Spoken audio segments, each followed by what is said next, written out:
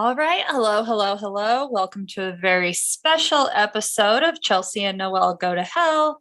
I am Chelsea, your lone wolf for the night. Noelle is currently out of town. She is on an airplane causing hell and destruction to all who happen to be in her wake. We had a very busy week last week. As some of you probably know, we participated in FanX, which is Utah's version of Comic-Con, legally distinct from because they got sued out of using that name, but it was quite fun. I did manage to record some of the panels that I participated on. We'll probably be dropping those just for funsies for those of you who couldn't make it. But as far as this episode goes, we're going to do it live.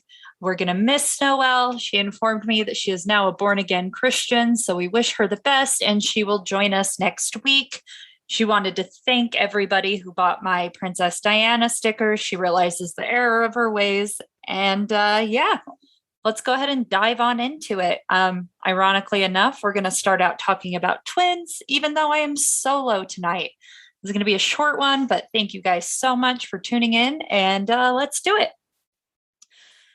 So all of us are aware of twins, either fraternal or identical, which, albeit rare, is not generally considered a natural phenomenon, especially now that science understands the ins and outs of reproduction. Something less understood, however, is the idea that somewhere out there, we could have a double of ourselves who in no way, shape, or form is related to us. Now, geneticists have partially disregarded this idea, stating that the roulette of DNA can sometimes duplicate. For example, we all know somebody who genetically could be described as tall, thin, brunette, small nose, wide set eyes, thick eyelashes, the works. Yet, despite knowing enough people who have those physical features that could be the exact same on paper, we're all aware of the subtle differences that make humans completely unique with their physical appearances. Now and then, however, we see these double walkers or doppelgängers pop in and out of our lives with little to no explanation. And the dismissiveness of scientists wanting to kind of throw these occurrences to the wayside, due in part to some genetic lottery, really doesn't cut it. We're all aware of how random and finite DNA could be, which is why we use it in courts of law. So the idea that somebody could have our same DNA just randomly seems really mathematically out of the question. So let's take a look at the origins of the idea of a doppelganger. In his 1976 novel called Seminaries, nailed it, German writer Jean-Paul first coined the term doppelganger, and we've been using it ever since. And in his book, two friends changed places with one another relatively undetected due to just in part how similar they looked. And although the idea of a body double is less sinister in Jean-Paul's story, the insidious nature of doppelgangers and the deception around them has long since persisted since this book in the 1700s. And in fact, humans have been obsessed with duality since the dawn of man. And it is something we continue to utilize in archetypes, in our certain archetypes from day to day. We have good and evil, black and white, man and beast, et cetera, et cetera. And the idea of there being a double of yourself out there somewhere falls perfectly in line with the concept of such duality. In fact, various cultures warn of what stumbling across your own double could mean for you. But before we really dive into what a doppelganger means if you see it, I want to dive into some of these occurrences that have been noted in literature. And some of them are real, some of them are just books, but let's go ahead and dive on into those. So according to the Atlas Obscura, Fyodor Dostoevsky's novel, The Double, presents a doppelganger as the bold, assertive reflection of a mild and antisocial government clerk. This double encroaches on the clerk's personal affairs over the course of the story, driving him mad by the story's end. The doppelganger in Edgar Allan Poe's short story called William Wilson seems to exist solely to ruin the narrator's life. A boy attending school in England meets a child with the same name and appearance as himself. And the double is a source of frustration from the start and appears throughout Wilson's life to thwart his ambitions. In this case, the original Wilson's goals are nefarious, motivated by lust and greed, only to be disrupted by his morally upright counterpart. Continuing on, in his biography, The Life of Dr. John Donne, English writer Isaac Walton shares a disputed account of poet John Donne and his wife's doppelganger. One night in 1612, while staying in Paris, Donne was discovered in a deeply disturbed state. He claimed, "I have seen a dreadful vision since I saw you. I have seen my dear wife pass twice by me through this room, with her hair hanging about her shoulders and a dead child in her arms." And Donne reportedly said to his witness, "I cannot be sure that I now live than I have not slept since I saw you. And I am as sure that at her second appearing, she stopped and looked at me in the face and vanished." Walton then claims that a messenger was immediately dispatched to check on Don's wife, returning with the news that she was in very poor health after losing their child. So let's dive into some of those mentions of doppelgangers and talk about what seeing your own double could mean for you. The first and most common trope is basically that seeing your double represents an omen of death. Now, before you dismiss this first warning, consider that Abraham Lincoln famously saw his own doppelganger on the night that he was elected as president in his first term. While resting on a couch in his study, he noticed something very odd out of the corner of his eye. Turning, he faced his mirror and saw himself again. Confessing to his wife and a close confidant, Lincoln told them that he saw his own regular reflection, and just beside it was a pale, ghostly vision of himself.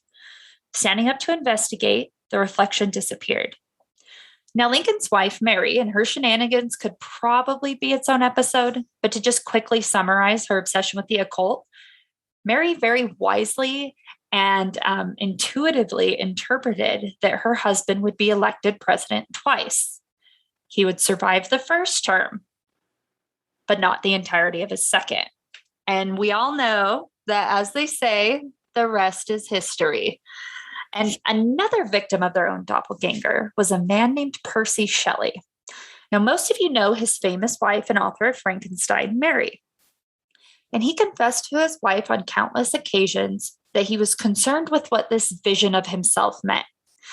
And while we don't really know what Mary thought about this entire thing, we do know that she kept his heart after he died for a while. But it's actually from her friend that we get actual witness testimony, which leads some credibility to Percy Shelley's encounter with his doppelganger. So this friend named Jane Wilson saw Percy walking around outside her window. But this was despite the fact that Percy was found sound asleep in his bed at the same time. Now, shortly after this sighting, Percy drowned in a sailing accident. And in fact, other people seeing your doppelganger, as mentioned before, also has, as I want to just kind of point out, more beliefs about these mysterious doubles. If you see your own doppelganger, it's an omen for death. Now, when somebody else sees your doppelganger, it means that you're probably very ill and likely to die soon.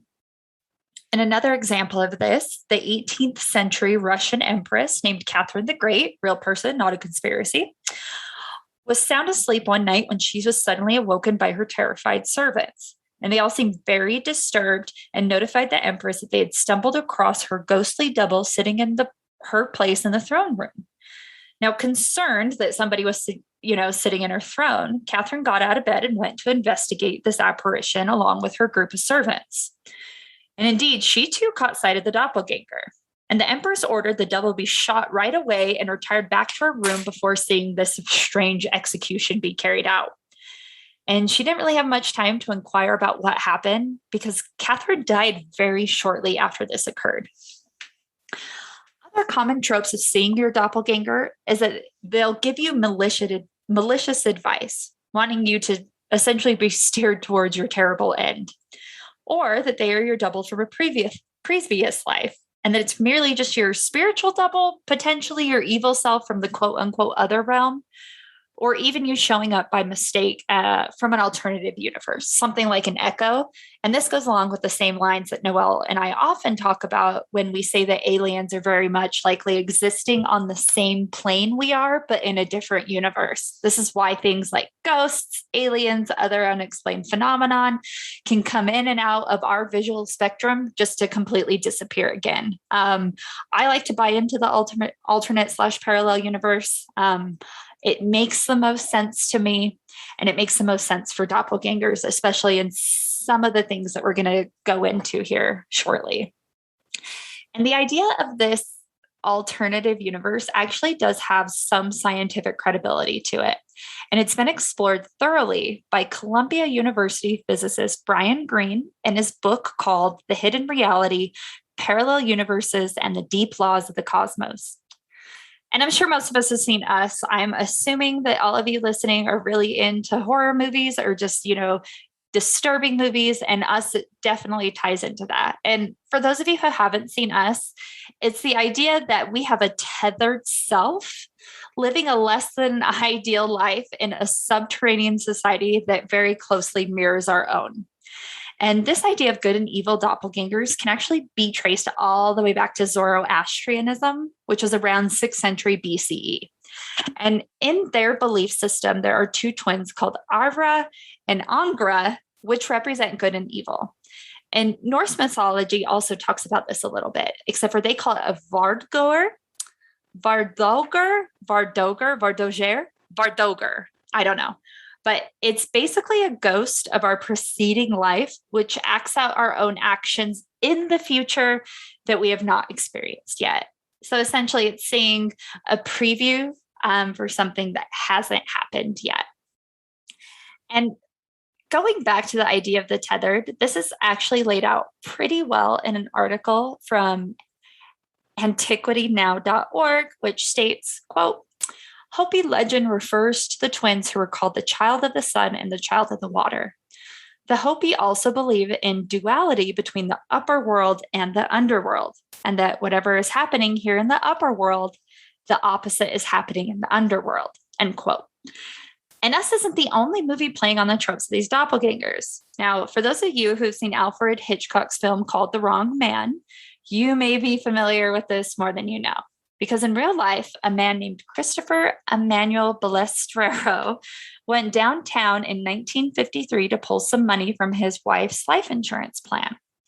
And while he was out, two detectives spotted him and confirmed that Christopher was the very perp that they'd been tracking for a slew of robberies in Queens. And he was identified by multiple witnesses and even went through an entire trial.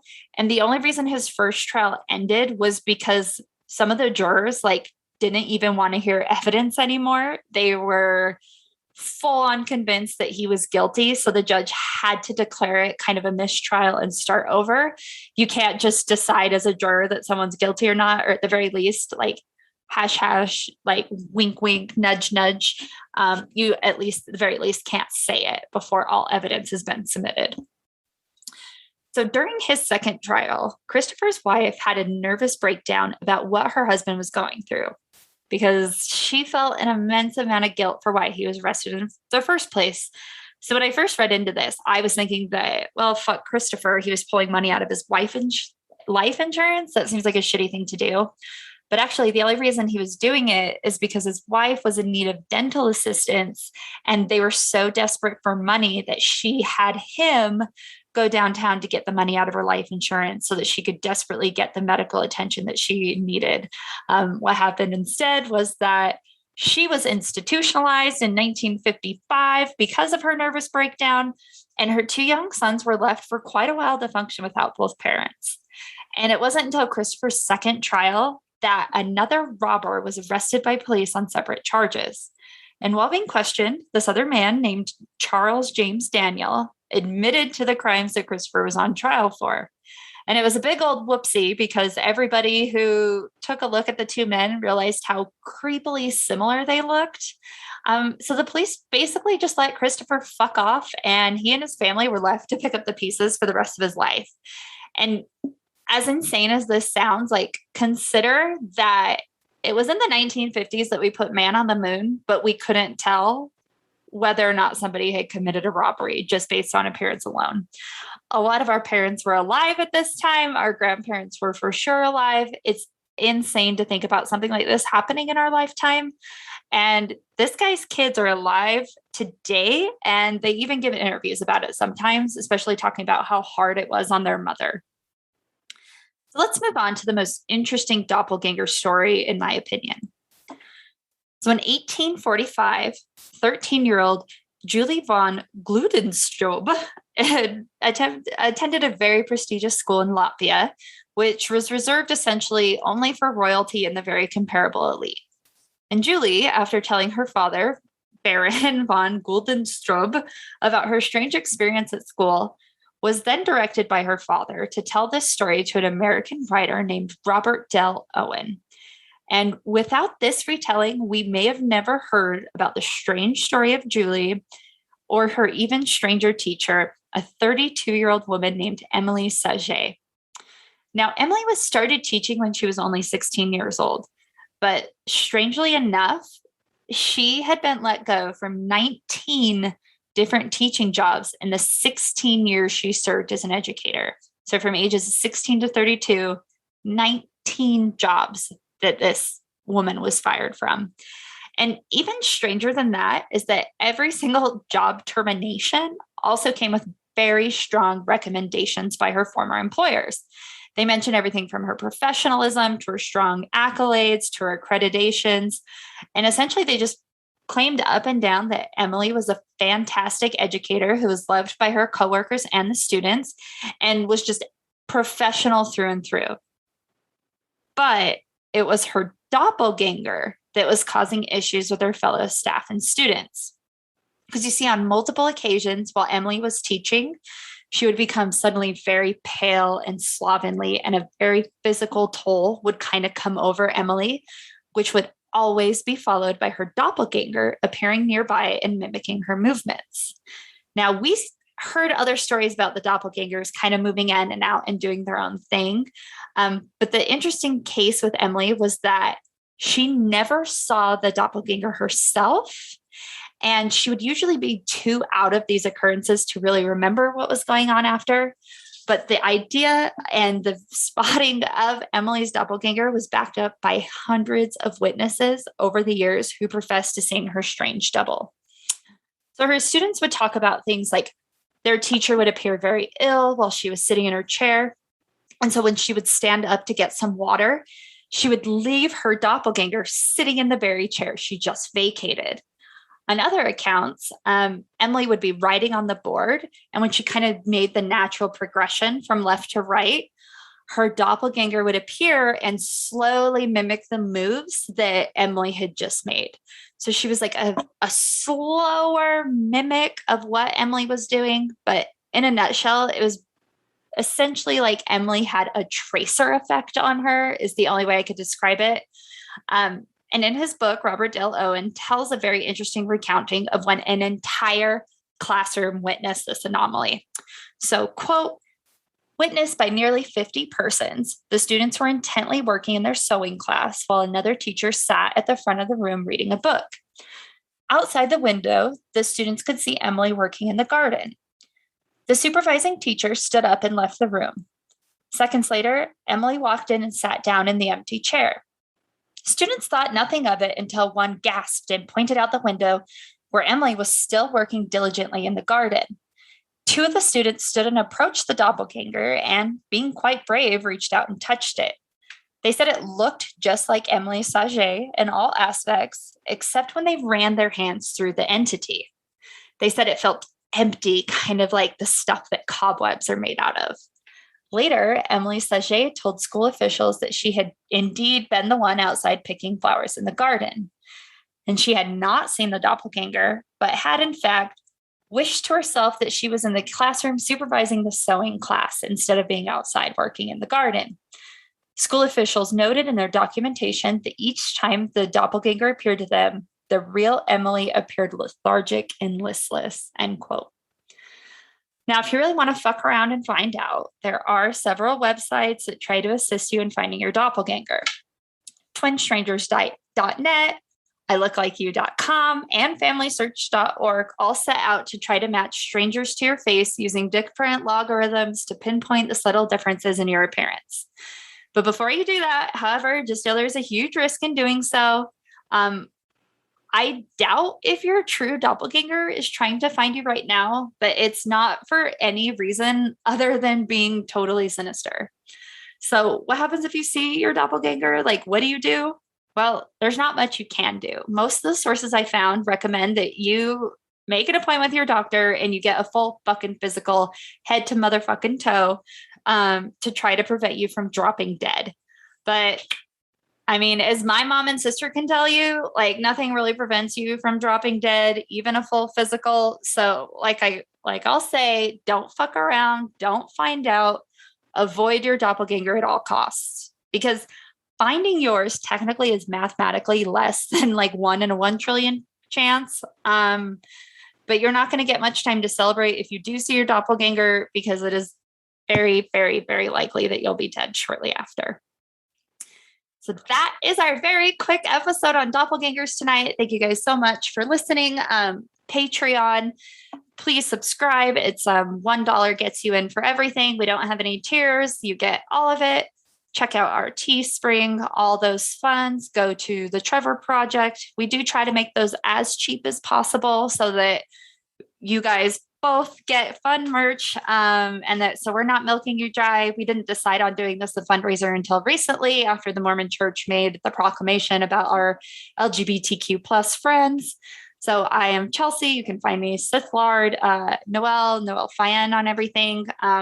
Please like and share our episodes, guys. It really does help. The more people that we can get these episodes out to, and just keep an eye out for things in the future. I'm going to start dropping some of the panels from FanX too. It's a good way to participate, and everything is free.